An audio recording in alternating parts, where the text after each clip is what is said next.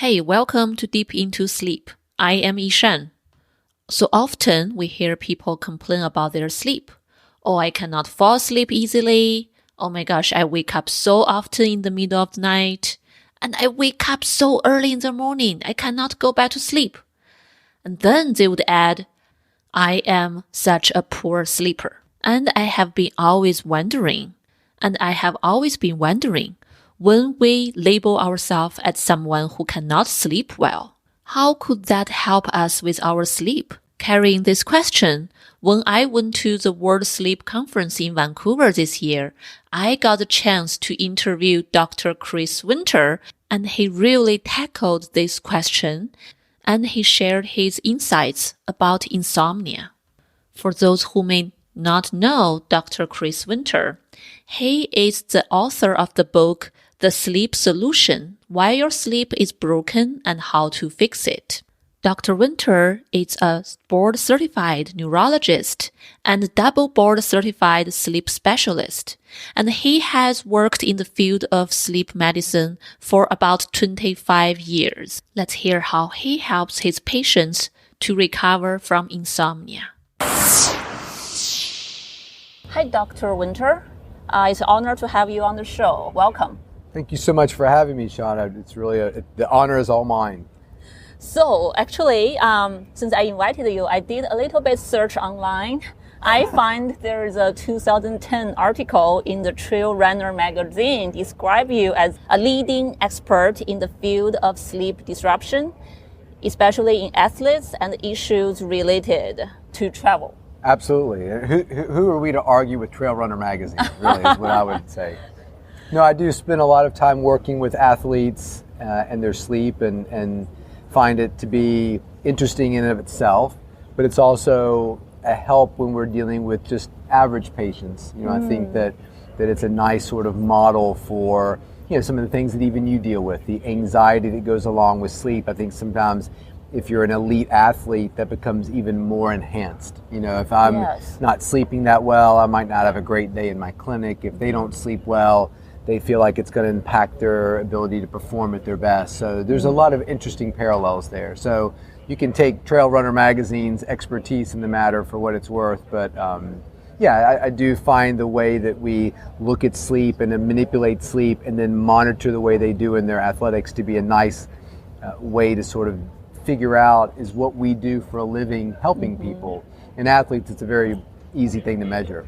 Great. Since we talk about anxiety and athlete, so I do want to ask you more about that. I do see sometimes there are like teen athletes coming in or college students who are in school and they are also playing sports. So when they have high anxiety, in a very competitive environment, and they also suffer some kind of insomnia or some kind of sleep issues, how you help them? Sure. So I think that the first thing I try to convey are some facts about sleep. And I think just sometimes telling people, two things that they hear all the time, sleep is important, you got to get 8 hours, you're going to die.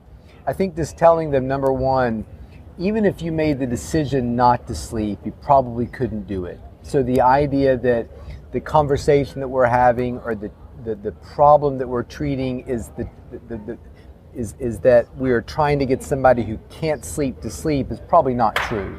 We're probably dealing with an individual who might be a little bit more hyper aroused, a little bit more trouble settling, maybe somebody's waking up more than they would like.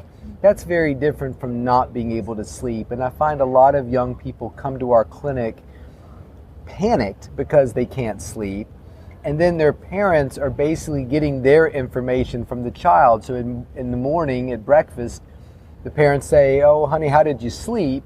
I didn't sleep again last night. And so now they're getting panicked in and of themselves, and the parent's response to the situation is panicky. I don't want my child not to sleep. So there's just a lot of unnecessary fear. So when you sit down and say, look, you're not in danger of not sleeping. That doesn't mean you're sleeping well. It just means that we're not dealing with an individual who can't sleep. That's important. I think the second thing is that trying to get them to understand that we talk about 8 or 9 hours of sleep as being important, and it is, but it's also an average.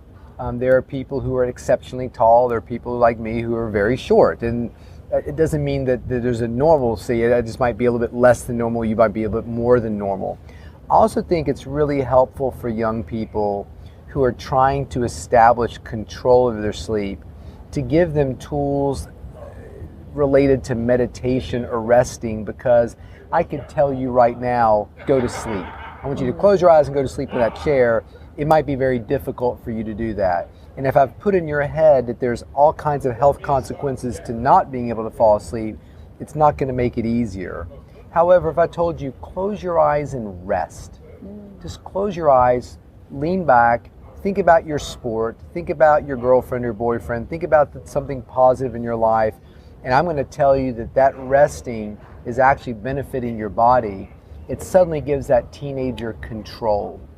They can't control whether they sleep or not, but they can control resting, they control the response to the situation that's giving them anxiety. Those are the things we start with to help individuals kind of climb out of that situation. Wow, so you are basically empowering them. Trying to. I mean, I think that's really what it boils down to. You know, we always, in my clinic, and I bet you see the same thing, you see a lot of very interesting, driven, goal-oriented type A people that have this personality that lends itself to a lot of success. You know, you don't become a clinical psychologist in a private practice and go to UVA and train at Stanford and do all these things if you're not to some degree goal-driven. However, to get that individual to all of a sudden when they go to bed at night stop being goal-driven is really difficult to do. So we don't see a lot of people who follow the Grateful Dead around, sell homemade hacky sacks out of their van, and don't really care. You know, they're not coming to our clinics for help. It's the goal-oriented, best pitcher on the team who wants to go to college and pitch for a great sport and knows if they do well, they'll get a scholarship. If they don't do well, they won't. And that's a difficult thing to break into that sort of mindset where it's okay to fail at sleep sometimes. You're really not. Right, and it's okay to not be able to control your sleep, let it be. Absolutely. There was a reporter who asked me one time, do you have any tips for our readers who may wake up in the middle of the night and not be able to fall back to sleep? I said, I'll give you a tip, but you've got to give me a tip first. And she said, okay, what tip do you want? I said, I want a tip that if I get to my dinner and I get halfway through my spaghetti and I don't want to eat the rest, what's a good tip for being able to finish the rest of that spaghetti? And the writer said, I don't think that that's really a problem. I don't think you need to do that if you're not hungry.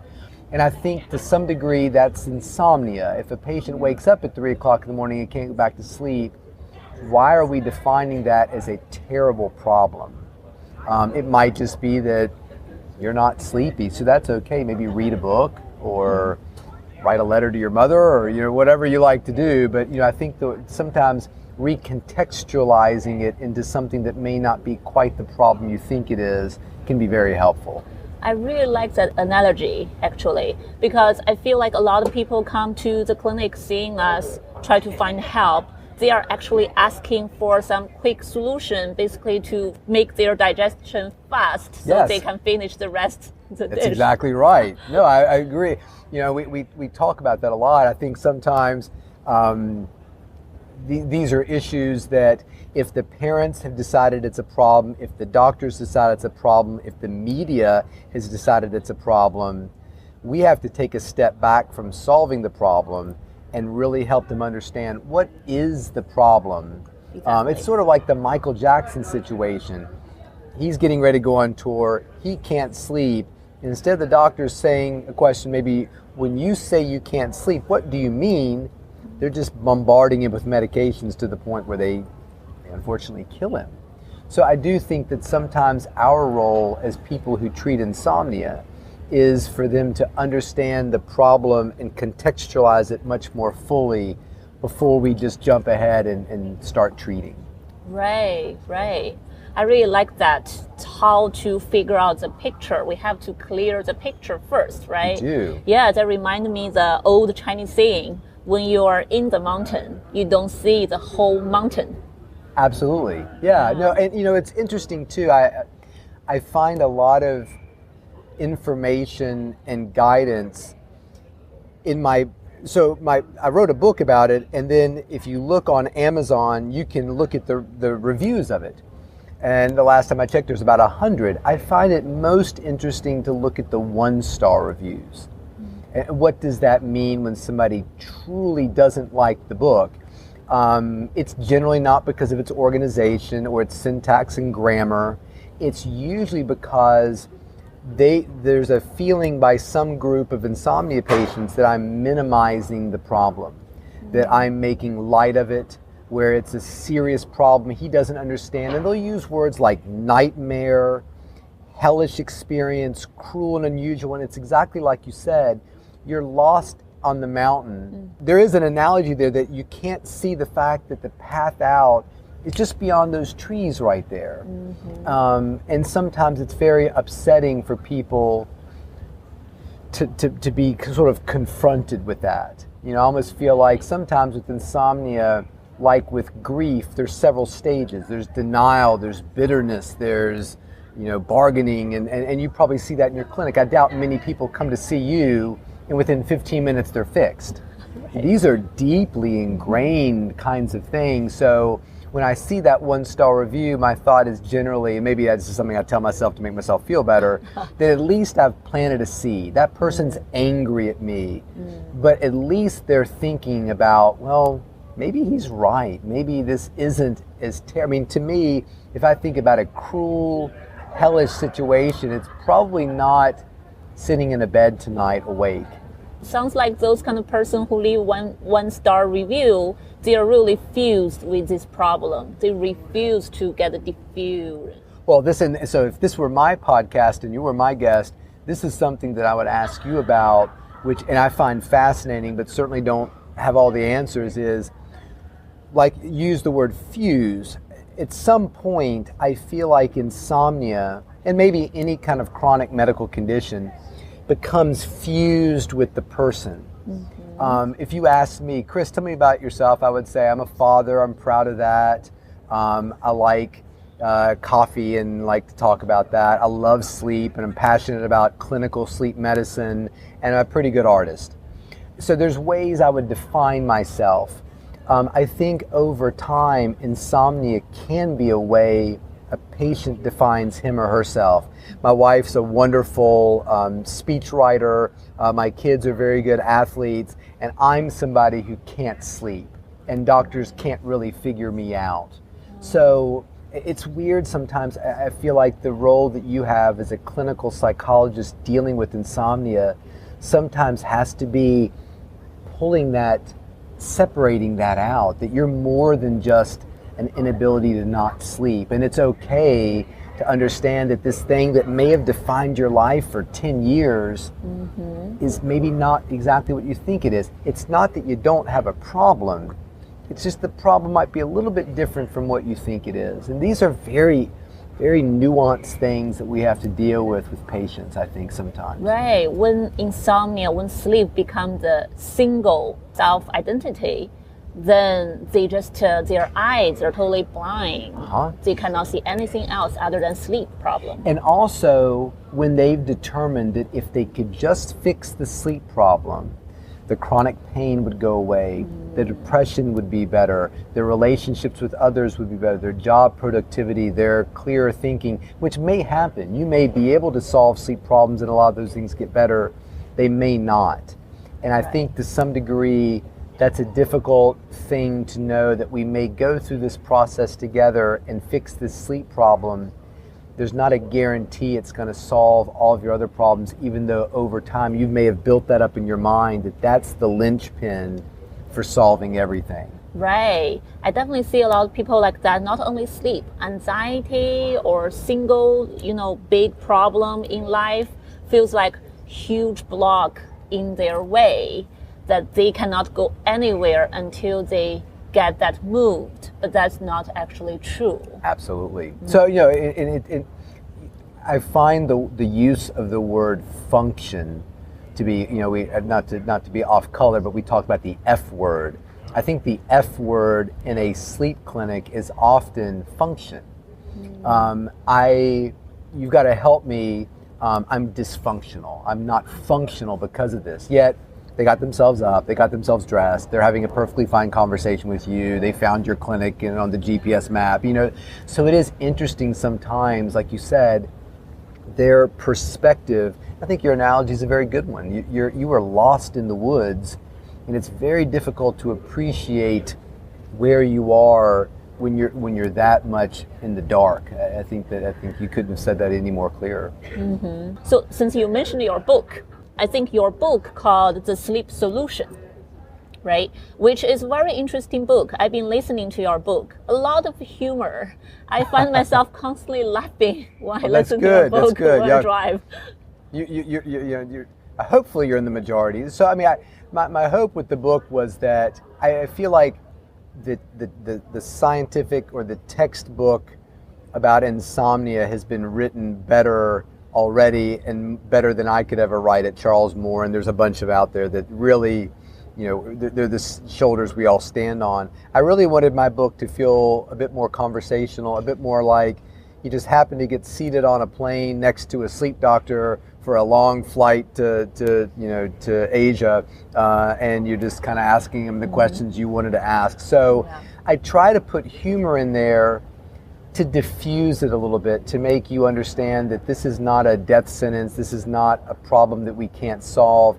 Like I said, I do think sometimes if you're particularly sensitized to it, it might come off as, I don't feel this way, but I could see maybe it would be misinterpreted as me making fun of the situation, which I'm not. This is my life's work in helping people with sleep problems. I can assure everyone listening, I don't think that it's a joke at all.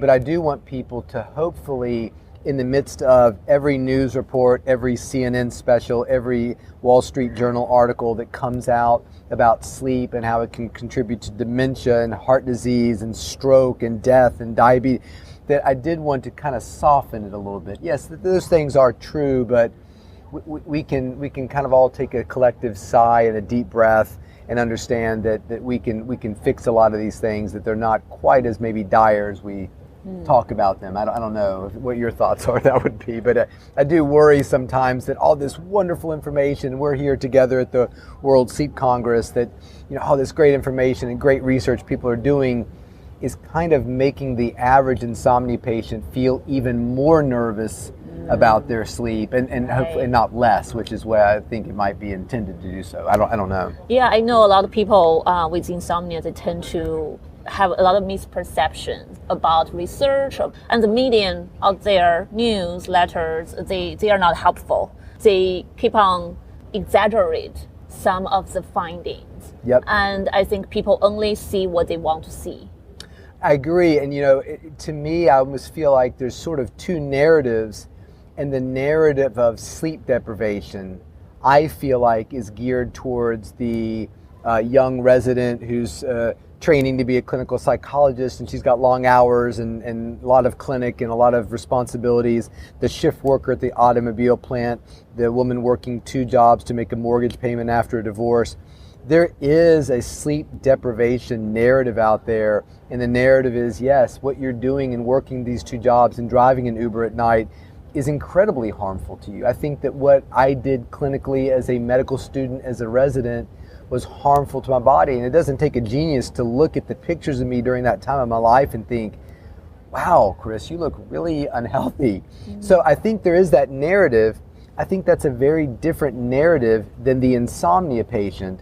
But the media doesn't do a good job of saying, oh, no, we're talking about sleep deprivation, not insomnia. I think that in the minds of many lay people, those are synonyms. If you're an insomnia patient, you are sleep deprived, and I don't think that's the case. In fact, a lot of my insomnia patients, when given opportunities to sleep, don't. So one of the things I think we struggle with sometimes is helping an insomnia patient understand that you're probably not sleep deprived, even though your subjective satisfaction with sleep is very poor, or you may feel like you're spending 8 hours a night just staring at the ceiling, when in fact your Fitbit or your bed partner might be telling you otherwise, or just rational thought might be telling you otherwise. Do you really feel like, as one of my patients told me recently, she had gone 9 months without sleep? Do you think, does that scientifically sound possible to you? So it's a very complicated issue that you tackle professionally. And I think sometimes the media has 200 words in a little box in a magazine that they get to talk about insomnia with. And I don't think that it does the condition justice. You know, Yes. tell us, you know, how would, you know, if somebody calls you up and says, how do you handle insomnia in a young child? Like, that's a big conversation. That's not in 200 words. What are your best tips for a child who can't sleep, you know? And so anyway, I think that these are really fun things to be able to explore in a podcast like this, or in a lecture like at the World Sleep Congress, and a little harder to do in a little letter to the editor or blurb or something like that. It's Yeah, tough. exactly. Because just now I was exactly thinking about the same thing. When I talk to other people, especially when I talk to people in China, they keep on asking. They only want to know, what can I do? Like, I think it's so important for you to make the distinguish between sleep deprivation and insomnia. A lot of people need to know that. But I also find some people got so impatient when we try to explain the science behind it, the rationale Just give behind me a pill. it. Yeah. Well, Come on, doc, give me a pill. yeah. To me, they cannot say that, so they keep on pushing. What can I do? Just tell me one thing or two things, three things I can do so I can sleep better tonight. You know, it's interesting. I mean, I'll be very blunt. I think that the only pathway of insomnia treatment is cognitive behavioral therapy, the things that you do. I mean, I think that there are specific instances where medications can be helpful temporarily or with travel or this or that, but to me, the only meaningful treatment for insomnia is the work that you do, and it's work. I'm using that term very specifically. It's not, I'm going to show up, I'm going to see this provider, and they're going to solve me very quickly. We often, in the athletes that we deal with, we'll often get a call around the playoffs. This patient is struggling to sleep. Can you get on the phone with them and fix the problem? And the analogy I've always used is, to me, that's like a town that's calling me as an engineer saying, well, we've just run out of water. Can you build a dam and recreate our town's water supply? Yes, I can do that, but we needed to start that project months or maybe years ago. So I always find it interesting when I work with young people. I find it a lot interesting, more helpful to prevent insomnia than it is to actually try to treat it when it's happening and it's bad. In other words, I almost see what we do working better as immunizing our patients against insomnia rather than treating the condition once it's developed. And immunization to me starts with, educating young people, maybe even in schools, about how sleep works and what do you do when you have a bad night of sleep, because when it becomes a crisis, there's a lot of things going on that really interfere with the ability to solve the problem. Like you said, impatience. I just want a treatment now. It's crisis level. It's affecting my work. It's affecting my health. It's affecting my relationships with my, So that's a difficult thing to deal with. It's a whole lot easier when it's, before it starts, or when it's just in its infancy, but nobody goes to see a provider when it's just getting started. They wait until it's terrible. And then, they tried every sleeping pill and nothing works. And so anyway. Exactly. Yeah, so prevention is as important as treatment afterwards. I think so. Yeah. And I see it with my own children. I told them when they were very young they could go to bed whenever they wanted to. And what I meant, those, you have to be in your bedroom, but you can turn the lights out whenever you want. Now, what I didn't tell them was I'm going to wake them up at the same time every day, nicely, kindly. And if they say, well, Dad, I had a really bad night, I didn't sleep that well, I'm going to say, well, I still need you to get up, and you can tell me about it over breakfast, and you're still going to go to school. It's going to be okay. So I felt like I inoculated my children against. So now they're in their late teens, early 20s, and they're all very good sleepers. And when it works out well for them, great. When it doesn't, they don't have that anxiety response because I've never given them reason to have it. In fact, a lot of times when they were little and they said they couldn't sleep, I would instruct them, well, maybe you should just stay up all night. So, so it again, kind of reverse psychology of, well, Dad doesn't seem to be too concerned about it. I think a lot of parents would say, you've got to get to sleep now or you're going to do terribly on that test tomorrow. Exactly. And so we build these insomnia patients over the years. It doesn't just happen overnight. So I think if there are ways we could still put that message out there about insomnia or about sleep and its benefits in the Matt Walker kind of books, but also help people to understand you have a certain amount of control over this, the way you internalize that and interpret it over your life, you might be able to help people down the line. I don't know. These are just ramblings. Yeah, well, I think this is great. Parents need to know, right? And children pick up on parents' anxiety. Yes. Yeah, especially sleep related. Most people are aware, like parents read a lot of books nowadays, especially young parents. Yeah. They know a lot of other things, but regarding sleep, there's so limited knowledge out there. They don't know what to do, how to handle it. Well, most sleep books, if you say, well, have you read a book about kids and sleep? They're generally about how to get your baby to sleep. That's sort of the genre. In fact, I'm actually writing a book about sleep in children. Oh, great. And a lot of the reviewers would say things like, oh, like we read a lot of those books. And I would always think, like, what books are you talking? I'm not aware. And what they're saying is, oh, we think of kids' sleep books as being the books that parents get when you have a new baby about feeding schedules and when to change your diapers and when to, and I'm like, that's just one tiny little sliver of, raising a good sleeper from the time they're born till they're heading off to college. So it's interesting.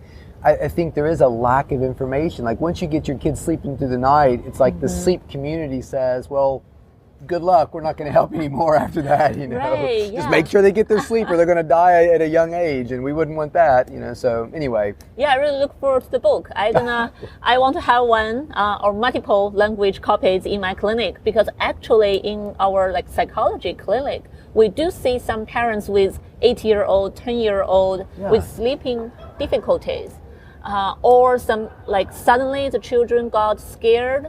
They cannot sleep on their own bed anymore. Yeah. All kinds of behavior issues created insomnia, basically. Yeah. And there's lack of resource. There's nowhere they can turn for help. Yeah. And for a lot of these things, I think if the parents had a resource that they could turn to earlier, not that there's anything wrong with what you do, I think it could sort of cut it off at an earlier stage. I mean, these things have a way of festering. By the time they make it to our clinics, they've been, we always had you mentioned your Chinese saying. When I was in medical school in Atlanta, the saying was, if you get sick, you go back to bed. If you get really sick, then you go to the hospital. and I think that was sort of a similar thing, that if you could cut it off when you're just having a little trouble falling asleep, it would be helpful rather than wait till it becomes this full-blown, you've got a small bed in your parents' bedroom and now the parents aren't sleeping well and they're frustrated, and it just becomes this whole sort of stress storm. Yeah, and today in one of the lecture in the conference, they talk about a child's sleep problem is a whole family's sleep problem. Absolutely. I always tell new parents, if we can get you some sleep, you can handle anything your children throw at you. But if you're trying to deal with these, issues and you're not getting sleep, I can say personally, my worst parenting moments were at times when my kids were doing just regular kid stuff, but I wasn't getting enough sleep because I was on call or something like that. And you're sitting there by yourself later in the night thinking, I can't believe I was so upset for my child for doing that thing.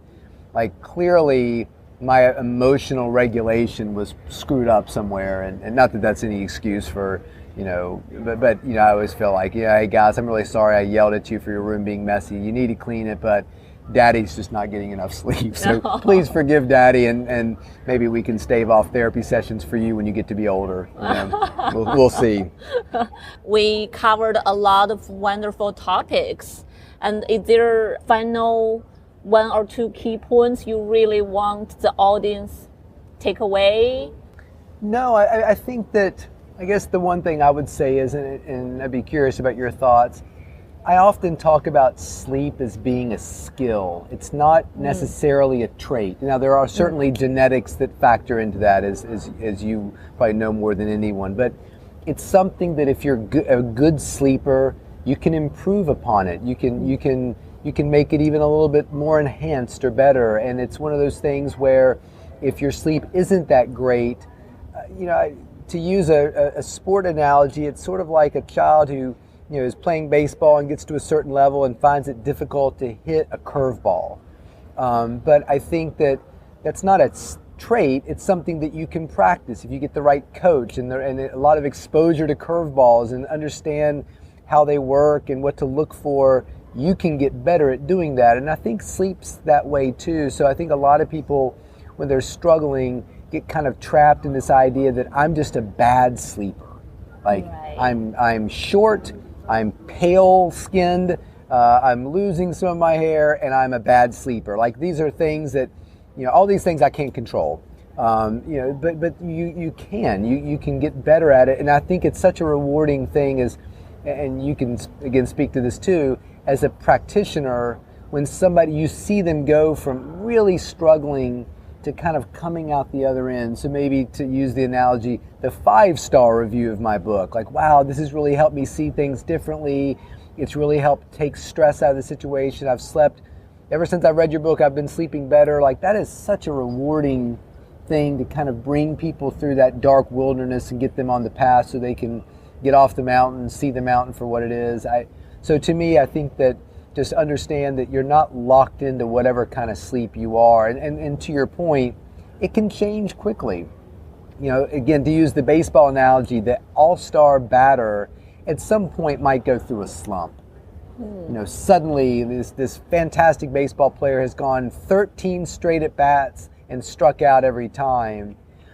How do you get outside of the mentality of that and understand that, the 14th at bat's going to be a hit? Or do you go in there with such gloom and doom and it takes you off your game so much that it starts to alter its own? So insomnia to me kind of controls its own destiny in a weird way. It's always funny to ask, why did your insomnia start? And they'll say, well, it was the divorce. But when was the divorce? 13 years ago. So it's so funny, like, is that really, you think, what's causing your sleep problems tonight? Or did that set something in motion that a decade later we're still dealing with? It's to me, insomnia is about the most fascinating condition in the world. So it's fun to talk to people who feel similarly. I can tell you're very passionate about it too. Yeah, definitely. And I totally agree with you, what you say. I think we cannot control sleep, but we can change ourselves.